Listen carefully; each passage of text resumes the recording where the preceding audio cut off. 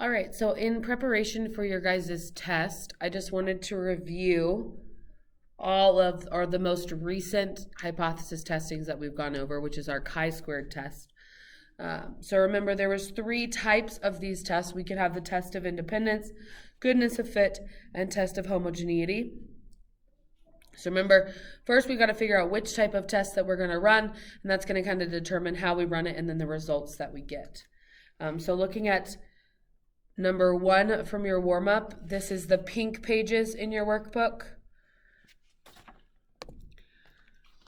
The pink pages 179 to 182. So if you don't have that out, go ahead, 179 of the pink pages. So let's just go over some examples, and then I'll give you guys will have the rest of the time to practice all the different types of hypothesis testing that we've been doing this unit. So looking at number 1, many people believe that criminals who plead guilty tend to get a lighter sentence than those who are convicted in trials. The table below summarizes randomly selected sample data for Denver defendants in burglary cases. All of the subjects had prior prison sentences. At a 0.5 significance level, test the claim that the sentence sent to prison or not is independent of the plea. So the fact that it says we want to know if it's independent means that we know that we're doing our test of independence. So then remember, all 3 of these types of tests, all 3 of our chi-squared tests have 2 conditions. 1, that it's from a simple random sample, and 2, that all the expected values are greater than 5. So we randomly selected sample of data tells us it's a simple random sample. We're going to assume, because all of these numbers are greater than 5, that our expected values are also greater than 5. But I'll show you how to find the expected values at the end, and we can check to make sure that's true.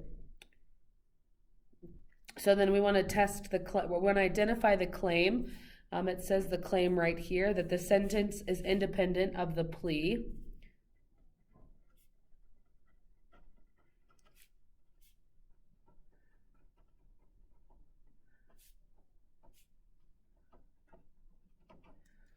And remember, for all of our tests of independence, our null and our alternative hypothesis are going to be the same. Our null is going to be that they're independent. Our alternative is going to be that they're dependent. So here we would say the sentence is independent of the plea. And then here we're going to say the sentence is, you can either say not independent or dependent of the plea. Yeah, and this one is our claim. This one matches our claim. Okay, so then all that's left is to write out, or is to solve for our test of independence. So remember, in our calculator, we'll go stats over to test. We have to scroll all the way down to our chi-squared test. So when we get here, this reminds us that our information needs to be in our matrix. So let's go ahead and we need to put this information into a matrix right now. So to do that, we hit second, and then this button right here, right, see above it how it says matrix. And then we want to go over to edit so that we can edit matrix A to look like this. So it's going to be a 2 by 2. And then we're just going to input the data that we have. So 392, 42, 461, and 15. Remember, we only have to put our data into A. B actually is our expected values that once we run the test, we can go back to look at B and look at those expected values. So after we type it into matrix A, now we're ready to run our test of independence. So we'll go back to stats, go over to test, go all the way down to our chi-squared. There it is. Our information is in matrix A, so we're ready to calculate. So our chi-squared was 16.47. Our critical value, remember, it wanted a significance level of 0.05, and we have a p-value of 4.95 e to the negative 5. So remember, that means this decimal is going to move 5 places this way. So we have you're going to have 4 zeros behind that decimal when I move it over 4 places or 5 places. So because this is so much lower, right? This is lower than our significance value.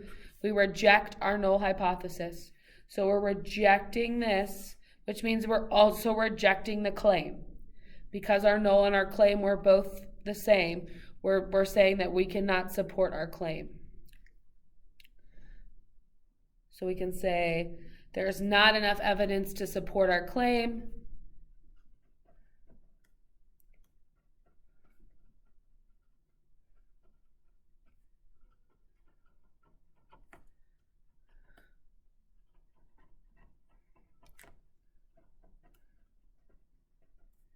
That the sentence is independent of the plea. And you could say that, you could also say there is sufficient evidence to reject the claim, because that's what we did. There's a couple ways that you can word this. Just make sure that you're tying it to the conclusion about the claim in accordance to what we did with our rejecting the null or not rejecting our null. All right, so then let's go ahead and look at our next example, number 2. So, are you more likely to have a motor vehicle collision when using your phone on a particular day of the week? A study of 700 drivers who were using a cell phone when involved in a collision examined this question. Test the claim that the day of the week does not affect the chances of you getting into a collision. Here are the counts for the 700 collisions. So what we're trying to show here is that every day of the week has the same distribution. So it fits, right? We call this our goodness of fit because we want to see if it's a good fit to say every day of the week has the same amount. So if you think about your total being 700, right? If I am assuming that my distribution is equal through every day, that would mean I would expect that I would have 100 accidents or 100 collisions a day. And so I'm testing if my results have the same fit as it being equal through every single day. So then that means we're going to do a goodness of fit test. Again, all of our chi-square tests have the same conditions. Is it a simple random sample? And are all of our expected values greater than or equal to 5? I just realized I forgot to show you how to find the expected values on the last one. I'll do that in the last example. It's the same for both the it's the same for the test of independence and the test of homogeneity. So I'm sorry I forgot last time, but I'll show in the example 3.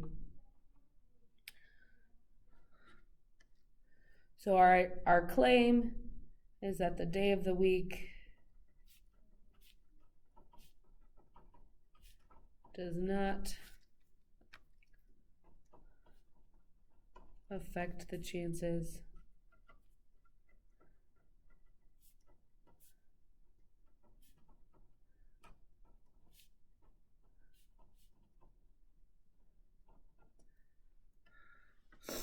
So just like our test of independence, our goodness of fit tests have the same null and alternative hypothesis.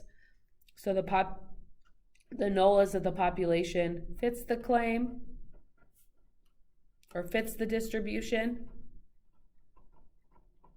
So that would be the idea that we have 100 across every time. And that's what our claim is that there's not an effect, that there's an equal chance every day of the week of getting in a collision. And then that means our alternative hypothesis is that it does not fit.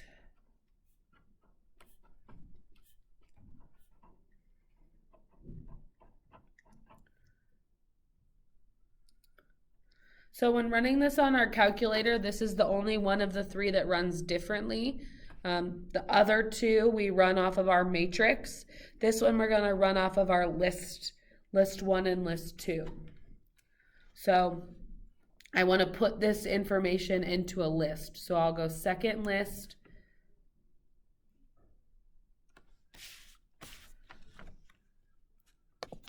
sorry, I took you to the wrong place. You'll hit stat, then edit, and then there is the list that we want to be working with. So list 1, we're going to type in all of our values that we got, all of our observed values.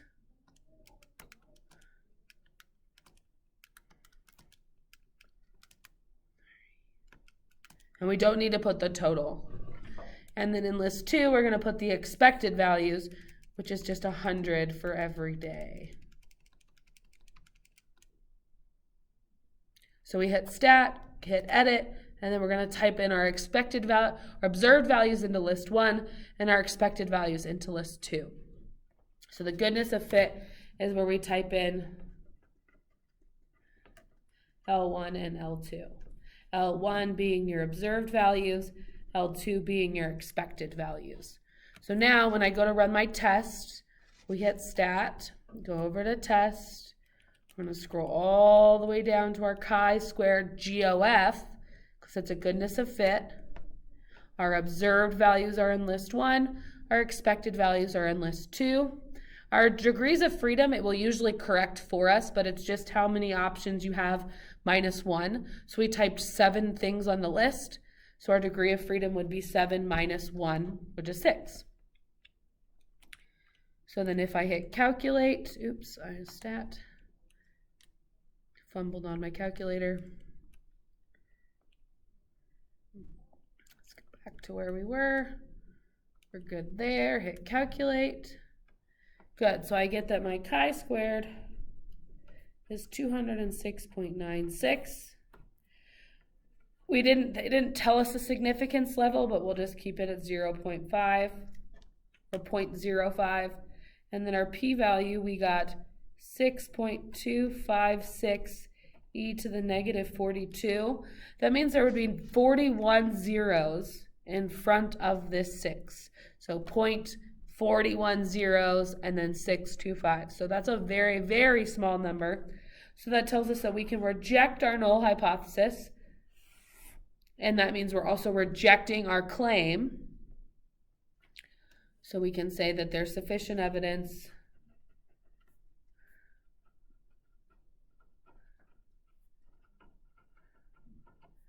to reject the claim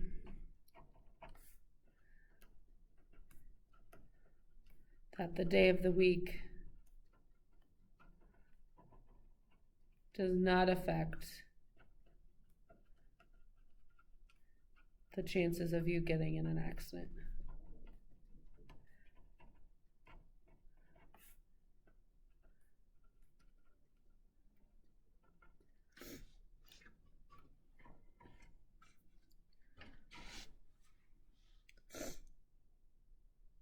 Good.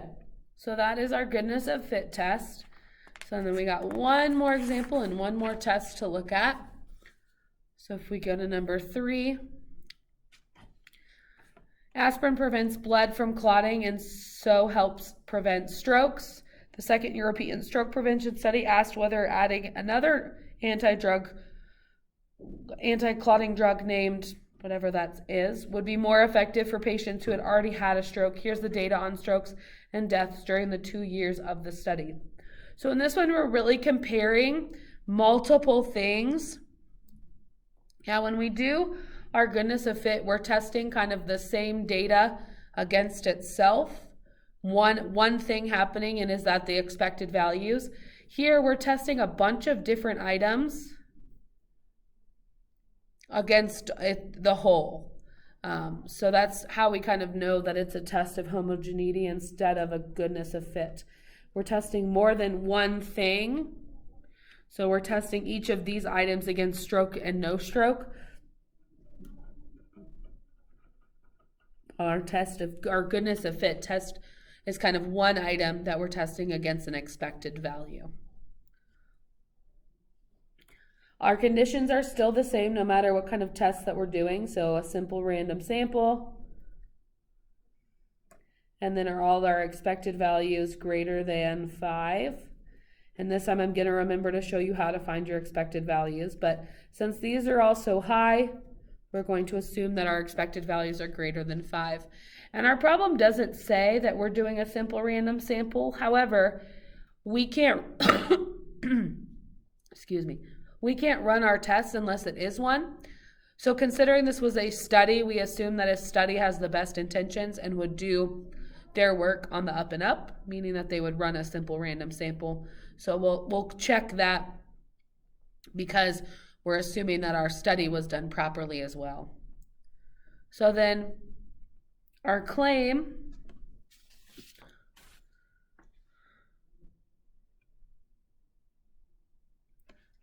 is that adding another anti-clotting drug would be more effective.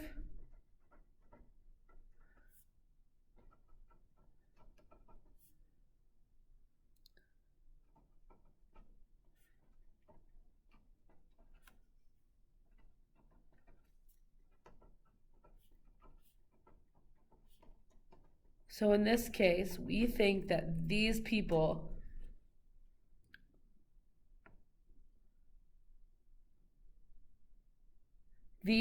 are going to have a higher turnout, have less strokes than everybody else because we're adding that drug. So we're testing, do all of these have the same effect, or do some of them have better effects than others? So for instance, we want to see if our study was right, we would see that people who have taken this would have a higher effect, would have a less chance of getting a stroke than everybody else. But our claim is that they'll all have the same, no matter what medicine that they took, they all have the same chances. So the population, again, our null and our alternative hypothesis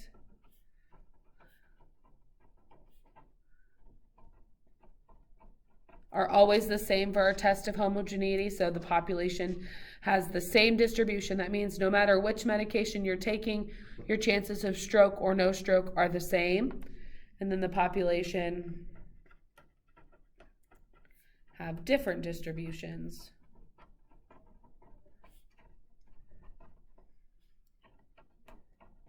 Which is our claim, because we're claiming that adding this drug is going to help you. So you have a better chance in that situation. So we would want to see a difference to know that this is effective. All right, so we run this just like we run our test of independence, meaning that we need to put this information into a matrix. So again, to get to matrix, we're going to hit second, and then the x to the -1 button, second, x to the -1, and then we're going to go over to edit, so that we can edit the size of our matrix. If I make it 4x2, right, I want it to match the size of this. And then I'm just going to type in the numbers as they are in the table. Let me just be really careful that we type them in correctly.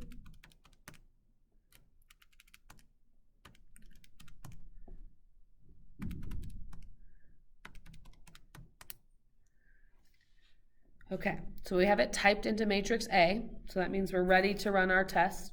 So we'll go stats, over to test. We run a normal chi-squared test. Our observed values are in A, so we'll hit calculate. So then my chi-squared is 24.24. My critical value, we can keep at 0.05. This is going to be at 2.23 e to the -5, which is going to be 4 zeros before that 2. It's going to be a very low number, which means we're going to reject our null hypothesis. So then that means, right, if we're rejecting the null, that didn't mean that we rejected the claim, because our claim was the alternative hypothesis. So there is sufficient evidence to believe that adding another anti-aging drug would be more effective, right? That these distributions are in fact not the same.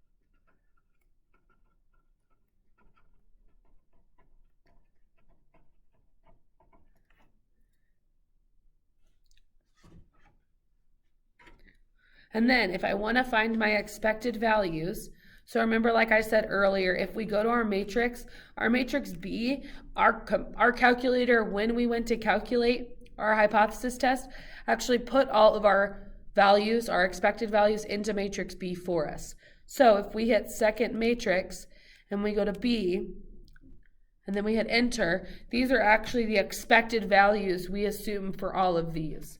So the expected value here is actually 205.81, and then for this one is 205.81. Here we have 206.44, and here we have 205.94. So yeah, these are the expected values that correspond with their placement for 3.19, 1443.19, 1447.56, 1444. So those are the expected values, which we don't really do much with in this class. It is good to make sure they're all greater than 5 to know that we ran this test for a good reason, but it's valuable to know what the expected values are. So the last page of this is just a rundown of all the types of hypothesis testing that we could be doing or that you will be doing on your test. So just to reference kind of what the possible tests are. Yeah, there's several different functions in our calculator or several different tests that we need to be able to run. So we got to know where those are and when it's the right time to run them. You will get the conditions on your test, so you don't need to memorize all of these conditions. However, you need to know which conditions go with which type of testing. So, you know, your proportions all have the same conditions, your t-tests have all the same conditions, and your chi-squareds have all the same conditions. So remembering that fact going into your test. So for the rest of class, you can just review. There's several pages that will be presented to you as possibilities of what you could be doing to practice. There's tons of classwork and homework in the workbook that you can do to prepare for this test.